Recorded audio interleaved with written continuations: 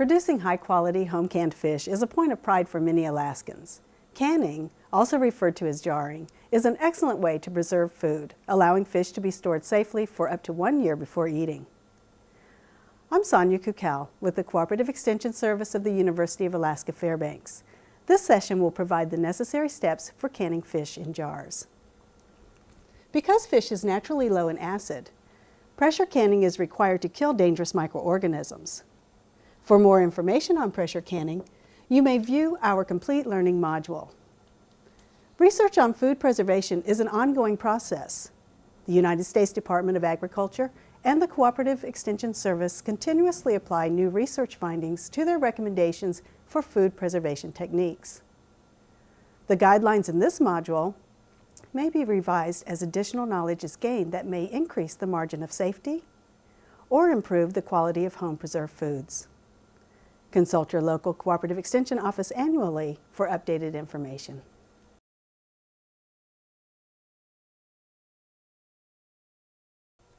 The equipment necessary for canning fish includes a pressure canner with a dial gauge or a weighted gauge, wide mouth, straight-sided jars, 2-piece self-sealing lids, jar lifter, and a sharp knife. Before you begin, read and familiarize yourself with the directions for your canner. If you don't have an instruction manual, contact the manufacturer for a new copy. Make certain that your pressure canner is in good working condition. Inspect the gasket. It should be soft, pliable, and free from defects such as rips or tears that might allow air to escape. The canner must be airtight when it's sealed. Check the safety plug to ensure that it is correctly seated. And hold the canner lid up to the light to be certain that the vent is not blocked.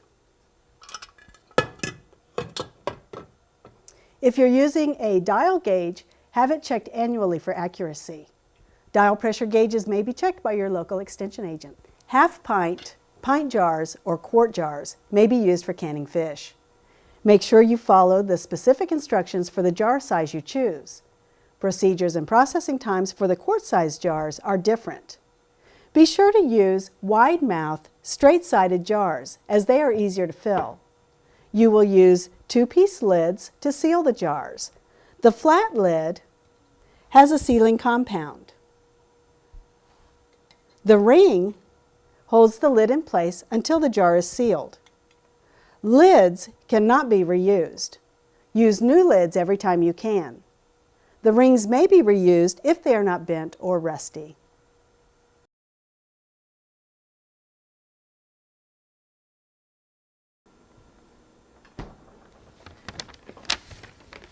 When you catch fish, handle them with care to avoid bruising.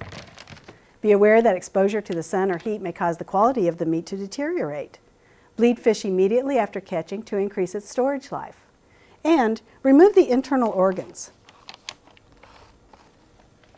And rinse the fish inside and out. Keep your fish iced, refrigerated, or frozen until you're ready to can. The fish should be stored at temperatures colder than 40 degrees Fahrenheit. You can use either fresh or frozen fish for pressure canning. Many Alaskans choose to freeze their catch for 1 year.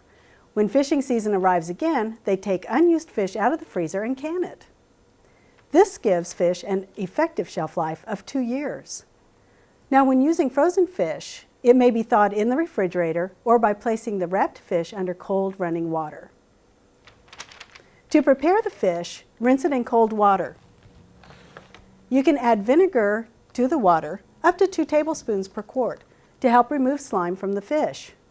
Remove the head, the tail, the fins, and the scales. It's not necessary to remove the skin. You can also leave bones in when canning salmon. For halibut, you'll want to remove the bones as well. Always keep fish refrigerated until you're ready to pack in jars.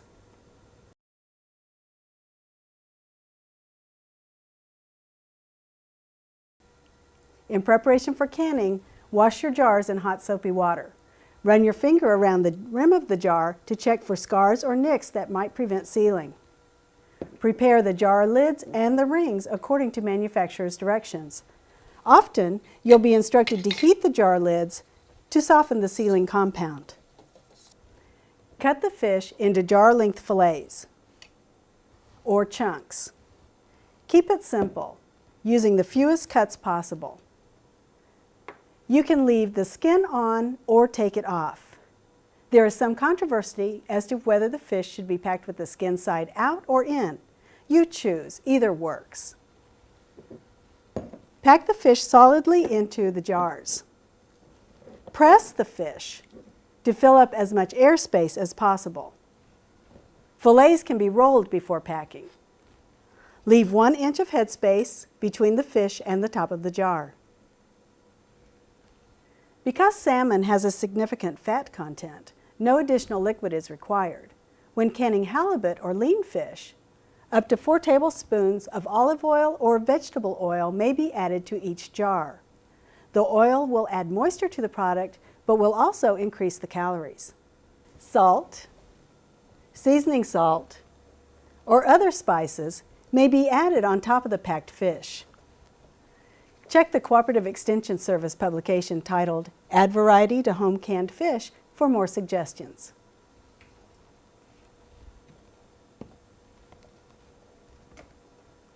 After packing the jar, clean the rim with a damp paper towel or wipe with a dry paper towel to remove any fish oil. Attach the jar lids and the rings. Now, how tight should the rings be? They should be finger tight. Remember that the purpose of the ring is to hold the lid against the jar until it seals. Over-tightening the ring may cause the lid to buckle. Tighten the rings slightly beyond the point of resistance, no further.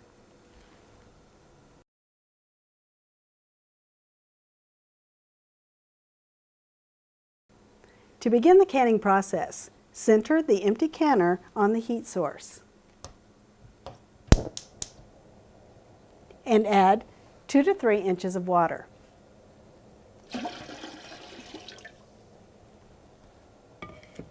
The temperature of the water should be similar to the product in the jars. Put a rack in the bottom of the canner. The rack helps to prevent direct contact between the jars and the heat source, causing the jars to break or crack.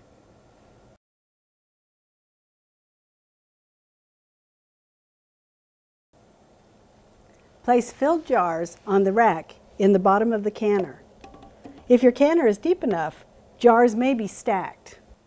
After the first row is in, put another rack in, or offset the jars by placing one in between 2 others. When your canner is filled, fasten the lid securely. Lids only fit on one way. Most have an arrow showing where to match the lid to the handle. Be sure the lid locks completely.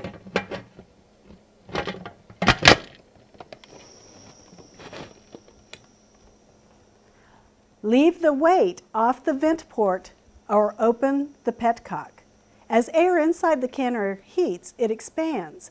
This pushes the excess air out of the canner through the vent port. Heat the canner at the highest setting until steady steam flows from the petcock or vent port.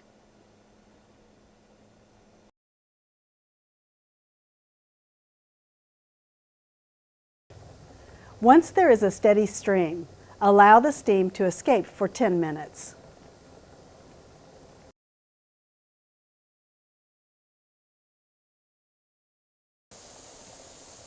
Now, close the vent by shutting the petcock or by placing the weighted gauge on the vent. The canner will pressurize during the next 3 to 5 minutes.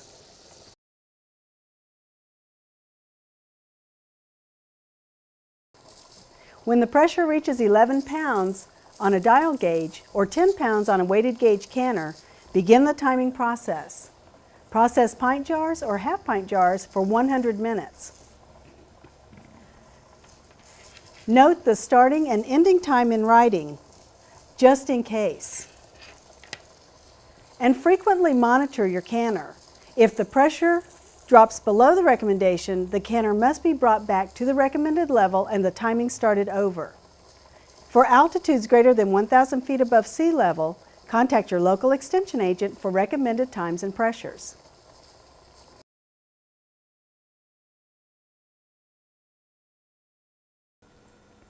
Now, if you decide to use quart jars, there are specific procedures to be followed. When using larger quart-sized jars, more time is required to heat the product thoroughly. The total time it takes to heat and vent the canner filled with quart jars should never be less than 30 minutes. The total time may be more than 30 minutes, especially if you have tightly packed jars, are using cold fish, or a larger sized canner such as this one. Once you close the vent and bring the canner up to the recommended pressure, process the quart jars for 160 minutes or 2 hours and 40 minutes.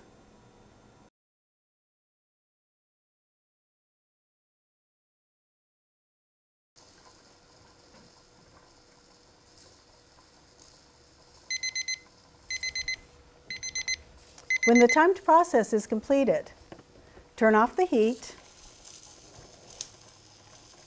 and remove the canner from the heat if possible. Let the canner depressurize. Allow the pressure to drop naturally. Don't apply cold water or a cold cloth to your pressure canner.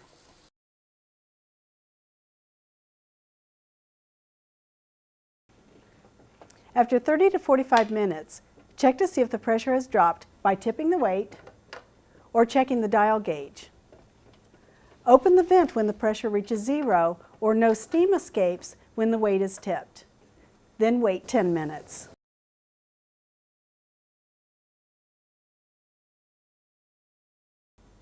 Unfasten the lid and remove it carefully. Lift the lid away from you so that the steam will not burn your face. Remove the jars from the pressure canner with a lifter and place them on a towel or cooling rack. Allow the jars to cool for 12 hours before moving them again. Never rush the cooling process or your jars may break. Jars should be cooled in an area away from drafts because air blowing on hot jars may also cause breakage. Jars will seal as they cool.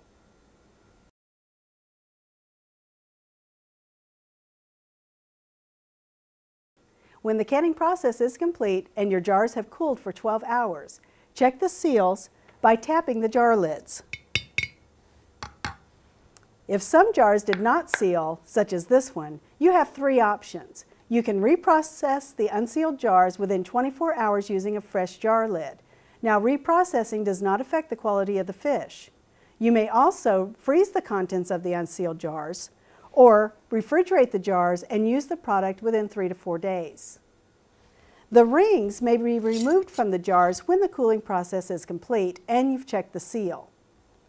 Label your jars with the date, processing method, and processing time. Store your canned goods in a cool, dark place, and for best quality, use canned fish within 1 year.